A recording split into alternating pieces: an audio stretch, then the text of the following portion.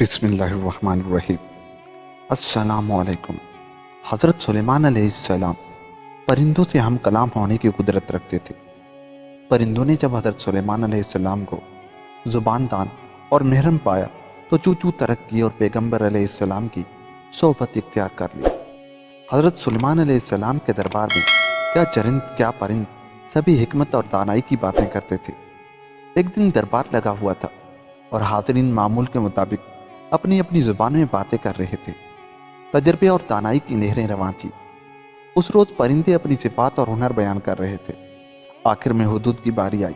उसने कहा, ए इल्म और हिकमत के बादशाह, मेरे अंदर एक खूबी है जो अर्ज करने की जसारत करना चाहता हूँ।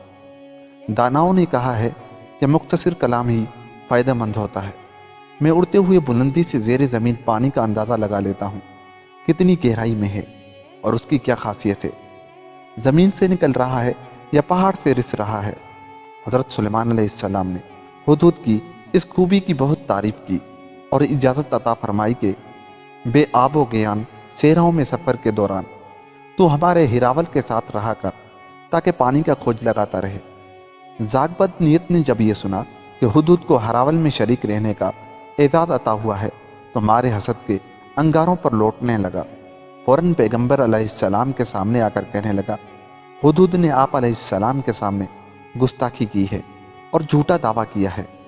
इसे इस कदब बयानी की सज़ा दी जाए।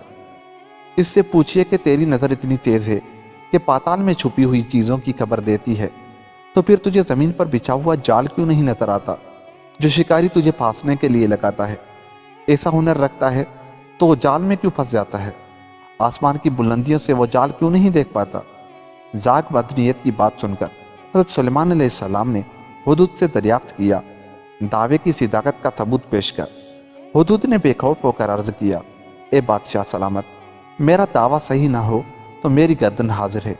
ये सिफ्त मुझे कुदरत ने अता की है। जब कुदरत ही ये सिफ्त सलब कर ले, जब फरमाने कज़ा व कदर जारी हो और मेरा आखिर वक्त आ जाए तो निगाह की खूबी क्या करे। ऐसे मौके पर अकल काम नहीं करती, चांद स्याह हो जाता है और सूरज घिन में आ जाता है। अल्लाह ताला अपने मुसल्लत के मुताबिक तदबीरों को तोड़ देता है, कज़ा के सामने किसी की नहीं चलती।